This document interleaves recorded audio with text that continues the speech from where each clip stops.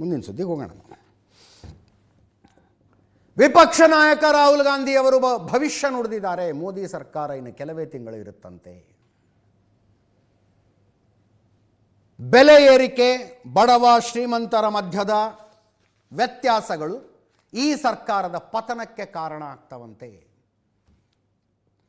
ವಿಪಕ್ಷ ನಾಯಕ ರಾಹುಲ್ ಗಾಂಧಿ ಅವರು ಹೇಳಿದ್ದಾರೆ,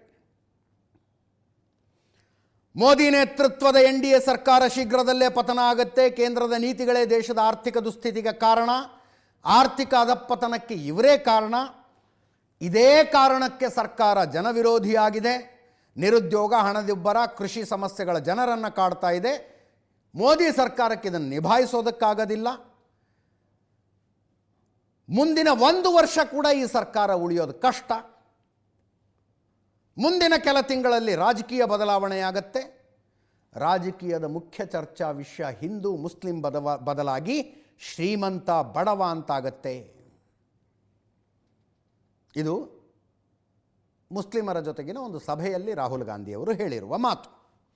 ಅವ್ರು ಹೇಳಿದ್ರು, ನಿಮ್ಮ ಸಮುದಾಯಕ್ಕೆ ಏನೇ ತೊಂದರೆ ಆದರೂ ಕಾಂಗ್ರೆಸ್ನಲ್ಲಿನ ಮುಸ್ಲಿಂ ನಾಯಕರು ದೊಡ್ಡ ಮಟ್ಟದಲ್ಲಿ ಧ್ವನಿ ಎತ್ತಿ, ಮುಸ್ಲಿಂ ಸಮುದಾಯಕ್ಕೆ ಅನ್ಯಾಯವಾದಾಗ ನಿರ್ದಿಷ್ಟವಾಗಿ ಮುಸ್ಲಿಮರಿಗೆ ಅನ್ಯಾಯ ಆಗಿದೆ ಅನ್ನಬೇಕೇ ಹೊರತು ಅಲ್ಪಸಂಖ್ಯಾತರಿಗೆ ಅನ್ಯಾಯ ಅಂತೆಲ್ಲ ಹೇಳಬೇಡಿ. ಕಾಂಗ್ರೆಸ್ ಯಾವತ್ತಿಗೂ ಮುಸ್ಲಿಂ ಅನ್ನುವ ಶಬ್ದ ಬಳಕೆ ಮಾಡುವುದಕ್ಕೆ ಹಿಂಜರಿಯಬಾರದು ಅಂದರು. ಇದು ಅರಾಜಕತೆ ಸೃಷ್ಟಿಸುವ ಪ್ರಯತ್ನ ಅಂತ ಪಿಯೂಷ್ ಗೋಯಲ್ ಹೇಳಿದ್ದಾರೆ. ಕ್ವಿಕ್ಕಾಗಿ ಕೇಳಿಸ್ಕೊಳ್ಳಿ. ಸಾರಿ, ಇದು ಸ್ಟೇಟ್ಮೆಂಟ್ ಪಿಯೂಷ್ ಗೋಯಲ್ ಹೇಳಿರೋದು, ಕೇಂದ್ರ ಸಚಿವರು. ರಾಹುಲ್ ಗಾಂಧಿ ಹೇಳಿಕೆ ರಾಜಕೀಯ ಹತಾಶೆಯನ್ನಷ್ಟೇ ಅಲ್ಲ, ದೇಶ ಅಸ್ಥಿರಗೊಳಿಸುವ ಅಪಾಯಕಾರಿ ಮನಸ್ಥಿತಿಯನ್ನು ತೋರಿಸ್ತಾ ಇದೆ. ದೇಶದಲ್ಲಿ ಅರಾಜಕತೆ ಸೃಷ್ಟಿ ಮಾಡಲು ಕಾಂಗ್ರೆಸ್ ಷಡ್ಯಂತ್ರ ರೂಪಿಸ್ತಾ ಇದೆ. ಈ ಮೂಲಕ ಮೋದಿ ಸರ್ಕಾರ ಅಸ್ಥಿರಗೊಳಿಸುವ ಸಂಚು ನಡೆದಿದೆ. ವಿದೇಶಿ ಶಕ್ತಿಗಳ ಪರವಾಗಿ ರಾಹುಲ್ ಗಾಂಧಿ ಕೆಲಸ ಮಾಡ್ತಾ ಇದ್ದಾರೆ.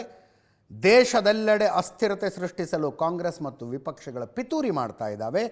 ಈ ಟೂಲ್ ಕಿಟ್ ಗ್ಯಾಂಗ್ ದೇಶ ಅಸ್ಥಿರಗೊಳಿಸುವ ಕನಸು ಕಾಣ್ತಾ ಇದೆ ಅಂತ ಪಿಯೂಷ್ ಗೋಯಲ್ ಹೇಳಿದ್ದಾರೆ, ಕೇಂದ್ರ ಸಚಿವರು. ಇದರೊಂದಿಗೆ ಇವತ್ತಿನ ನ್ಯೂಸ್ ಅವರ್ ಮುಗಿಸ್ತಾ ಇದ್ದೀವಿ. ನೇರ ದಿಟ್ಟ ನಿರಂತರ ಸುದ್ದಿಗಾಗಿ ನೋಡ್ತಾ ಇರಿ ಏಷ್ಯಾನೆಟ್ ಸುವರ್ಣ ನ್ಯೂಸ್.